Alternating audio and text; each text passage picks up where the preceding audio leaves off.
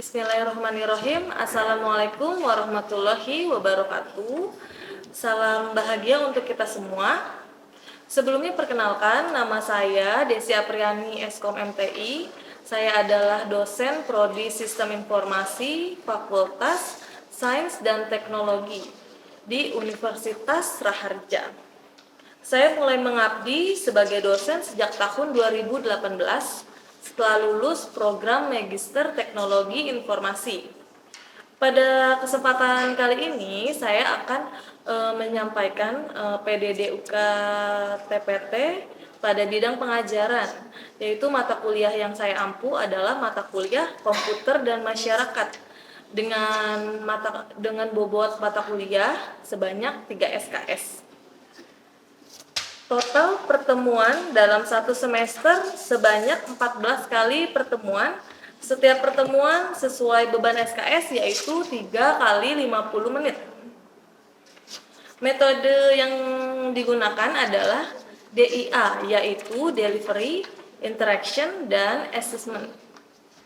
Untuk delivery dilakukan dengan memberikan materi baik di dalam kelas maupun LMS atau Learning Management System yang ada di Universitas Raharja, yaitu aidu.raharja.ac.id, baik sinkronus maupun asinkronus. Untuk interaction, dengan menghidupkan diskusi yang aktif, tanya jawab dari mahasiswa, dan memberikan tugas untuk mencari informasi terupdate dan sebanyak mungkin melalui media atau buku literatur yang akan menjadi topik diskusi di dalam kelas.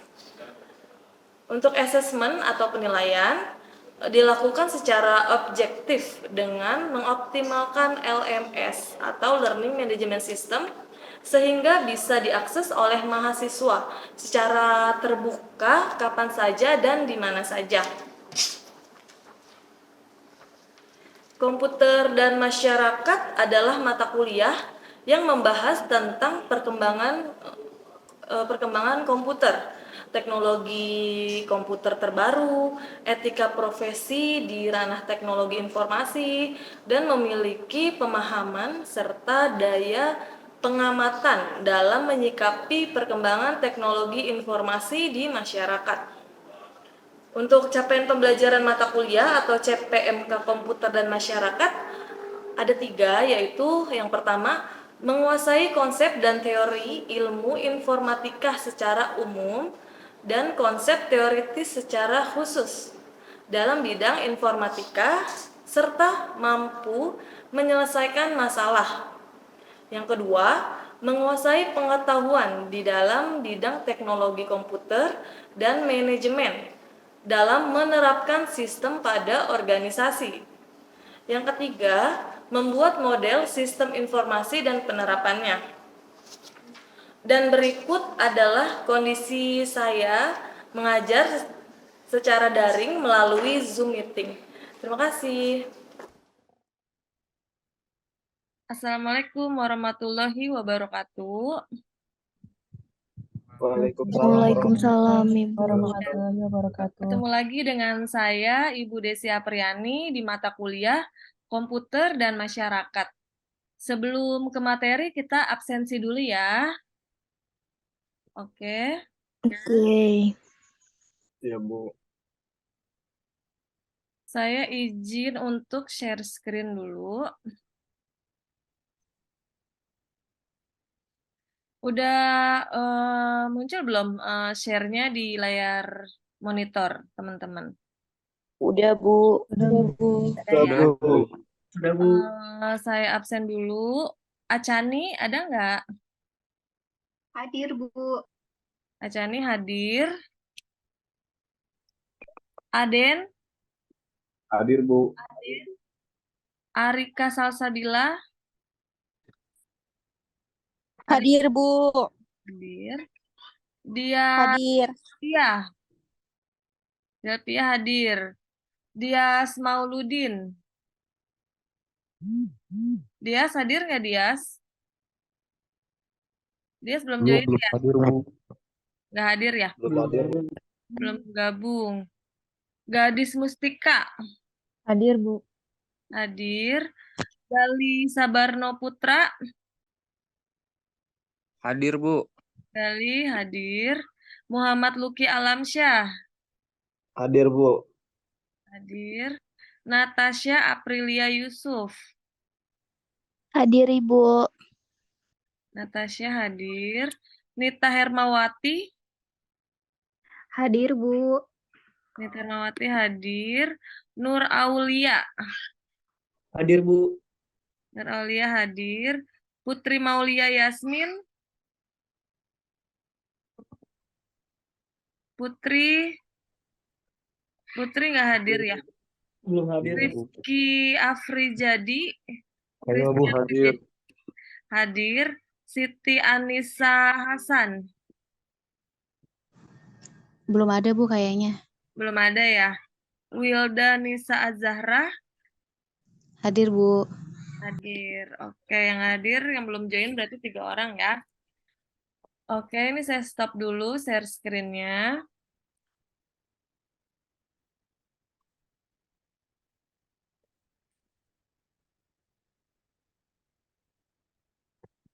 Selanjutnya saya share screen untuk materi pertemuan ketiga ya.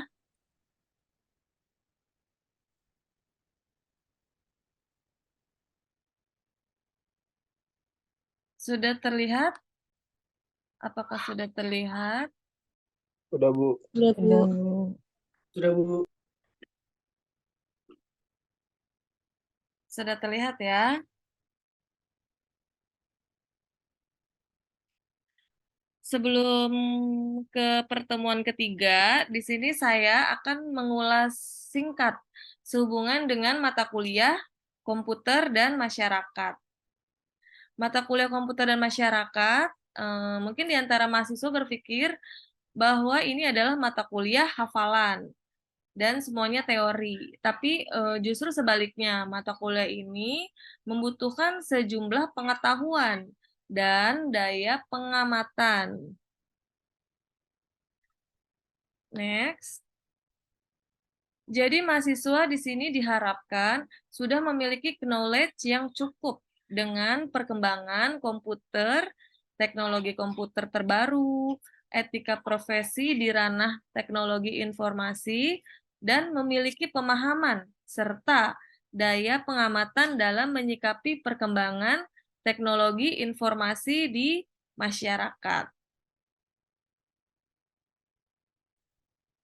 Nah, selanjutnya kita ke materi ke pertemuan ketiga. Komputer adalah alat yang dipakai untuk mengolah data menurut prosedur yang telah dirumuskan. Alat pengolah data dari sejak zaman purba sampai saat ini bisa digolongkan ke dalam 4 golongan besar, yaitu yang pertama, peralatan manual. Peralatan manual pengolahan data yang sangat sederhana dan faktor terpenting dalam pemakaian alat adalah menggunakan tenaga tangan manusia. Nah, di sini contohnya apa? Contohnya abakus, misalnya ya, peralatan yang telah digunakan sebagai alat hitung sebelum ditemukannya komputer. Jadi zaman dulu itu perhitungannya tuh menggunakan biji-bijian. Gitu, itu disebut namanya peralatan manual. Nah, selanjutnya peralatan mekanik. Peralatan mekanik itu peralatan yang sudah berbentuk mekanik yang digerakkan dengan tangan secara manual. Untuk contohnya itu adalah kalkulator roda numerik pada tahun 1642. Bentuknya itu kotak persegi kuningan. Alatnya itu dinamakan Pascaline, menggunakan 8 roda putar bergerigi. Untuk menjumlahkan bilangannya hingga hanya ada 8 digit. Alat ini merupakan alat perhitungan bilangan berbasis 10. Kelemahannya dari alat ini adalah hanya terbatas untuk melakukan penjumlahan aja. Jadi nggak bisa perkalian, pembagian, nggak bisa. Hanya penjumlahan saja. Terus yang nomor 3, peralatan mekanik elektronik. Peralatan mekanik yang digerakkan secara otomatis oleh elektronik. Contohnya apa? Contohnya sama ya, kalkulator roda numerik. Yang kedua, tahun 1694. Kalau yang pertama itu kan 1642. Kalau sekarang tahun 1694. Jadi ini tuh memperbaiki Pascaline atau kalkulator sebelumnya.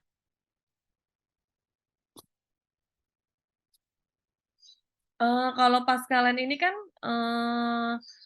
apa namanya, membuat mesinnya dapat hanya penjumlahan aja ya. Kalau misalnya yang kalkulator roda numerik yang kedua ini sudah bisa menjumlahkan, mengalihkan kayak gitu. Kalau untuk kerjanya sama seperti pendahulunya, bekerja dengan menggunakan roda-roda gerigi. Terus yang keempat, peralatan elektronik, peralatan yang bekerjanya secara elektronik penuh. Contohnya itu kalkulator mekanik tahun 1820. Ditemukan oleh Charles Xavier Thomas de Colmar. Menemukan mesin yang dapat melakukan 4 fungsi aritmatik dasar yang lebih praktis dalam kalkulasi. Karena alat tersebut dapat melakukan penjumlahan, pengurangan, perkalian, dan pembagian. Jadi semakin tahun atau semakin maju tahunnya itu semakin canggih ya alat pengolah datanya. Lanjut ke next slide. Peranan komputer dalam kehidupan sehari-hari diantaranya adalah yang pertama. Jadi keseharian kita tentunya tidak jauh dari komputer ya. Pasti semuanya kita menggunakan komputer.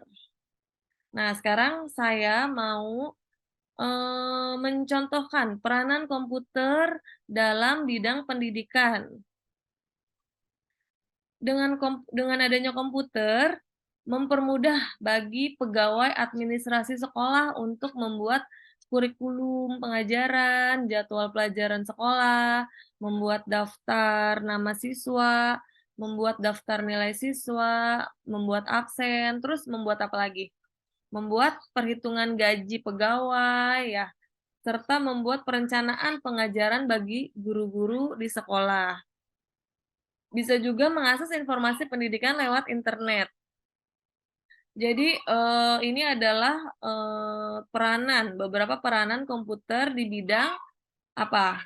Bidang pendidikan ya. Nah, terus yang kedua peranan komputer dalam bidang kesehatan.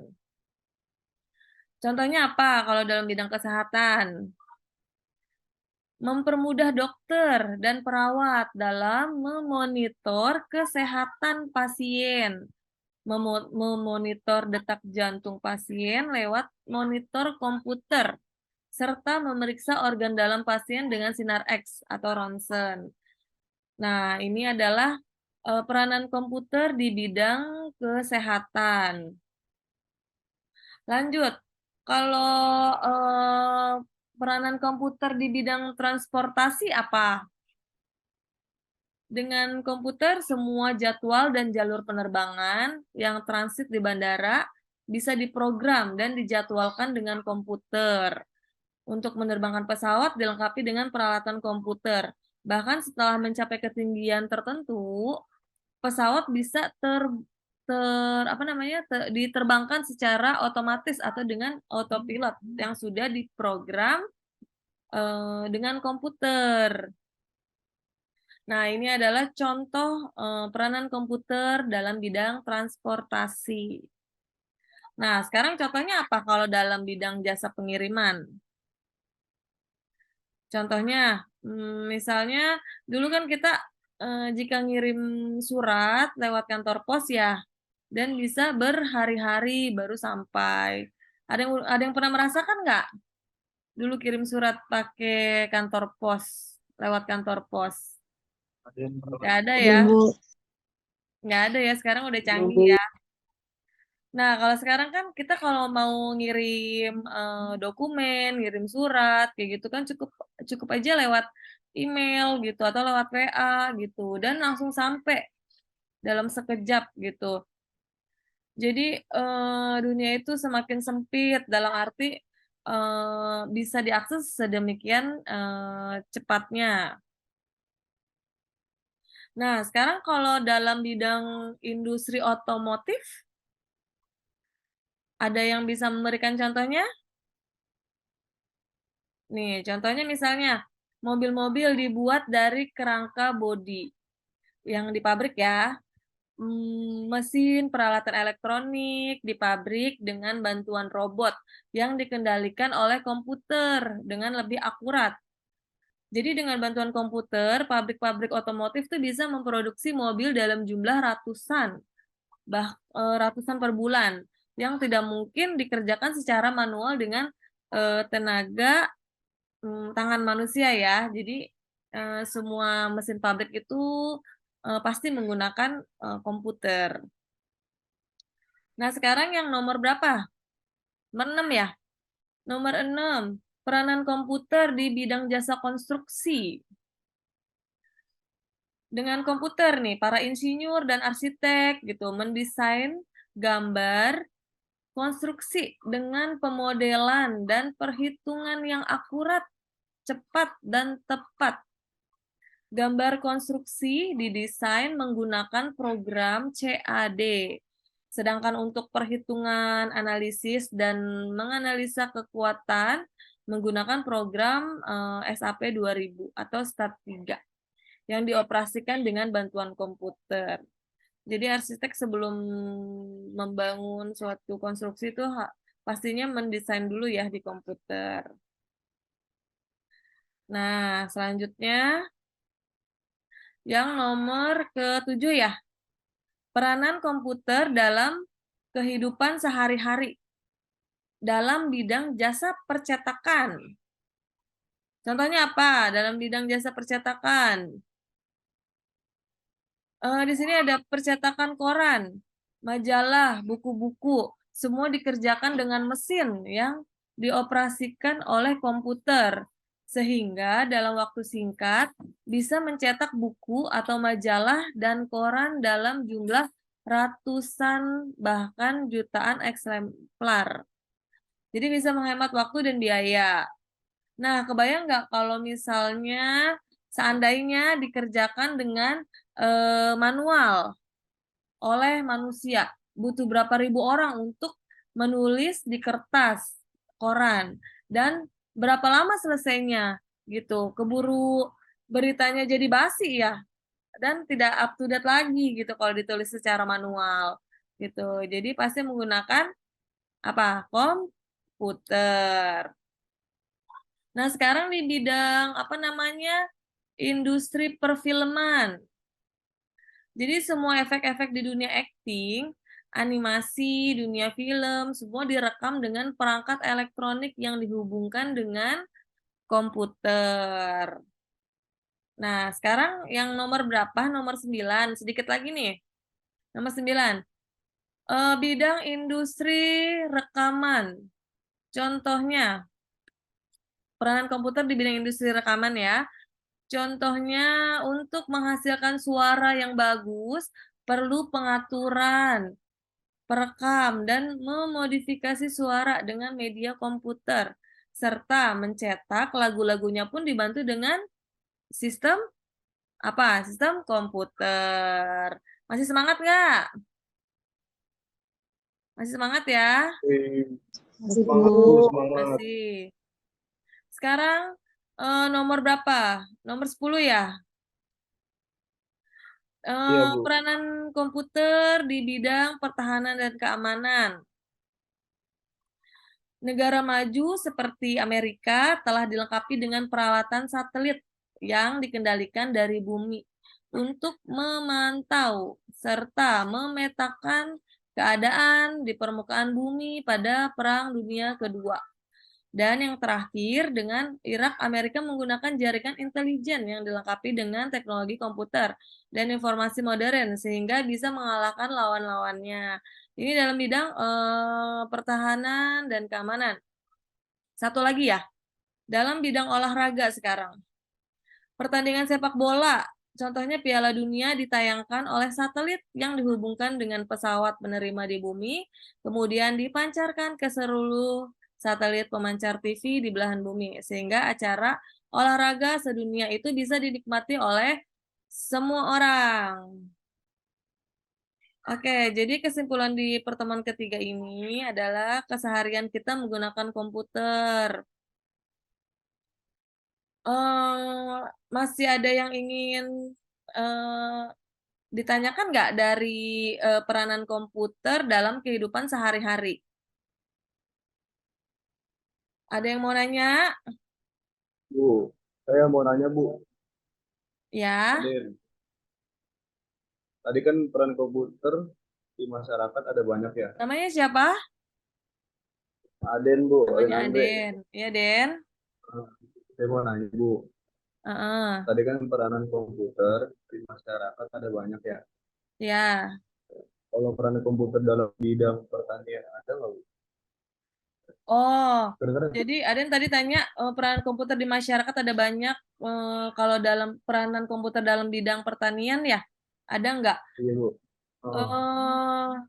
Misalnya komputer sebagai alat deteksi untuk monitoring hama penyakit tanaman. Bisa juga ya untuk mendeteksi. Terus untuk komputer untuk pemilihan bibit unggul untuk petani. Contohnya bisa juga begitu. Terus apalagi untuk genetik ya, modifikasi genetik tanaman juga bisa juga seperti itu ya. Contohnya seperti itu, Den.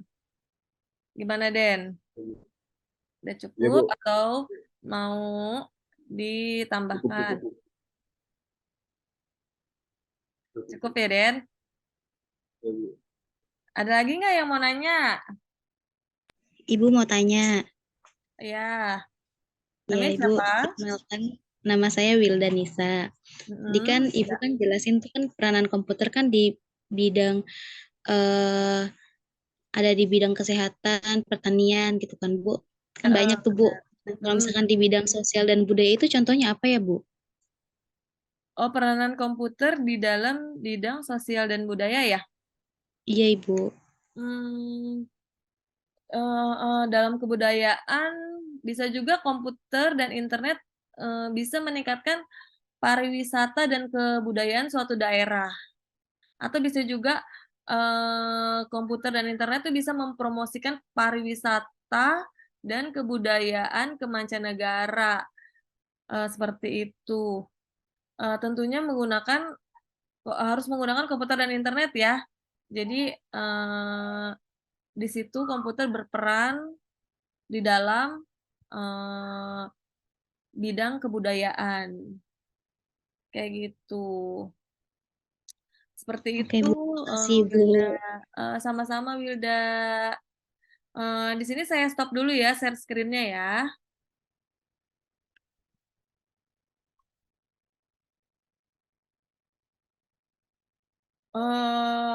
Masih ada yang mau ditanyakan nggak? Masih ada yang ingin ditanyakan? Jika tidak ada lagi yang ingin ditanyakan, mungkin saya cukupkan untuk pertemuan 3 hari ini ya. Jika ada yang ingin ditanyakan lagi, bisa lewat LMS atau WAG, oke? Ya, jadi bila kita ya, saya sudahi dulu ya. Billahi taufiq wal hidayah. Wassalamualaikum warahmatullahi wabarakatuh. Waalaikumsalam warahmatullahi wabarakatuh. Kasih, Ibu. Iya, Terima kasih, Bu. sama-sama. Ibu. Sampai ketemu di pertemuan selanjutnya ya di minggu depan. Iya, Bu. Baik, Bu. Nah, saya N ya. Terima kasih.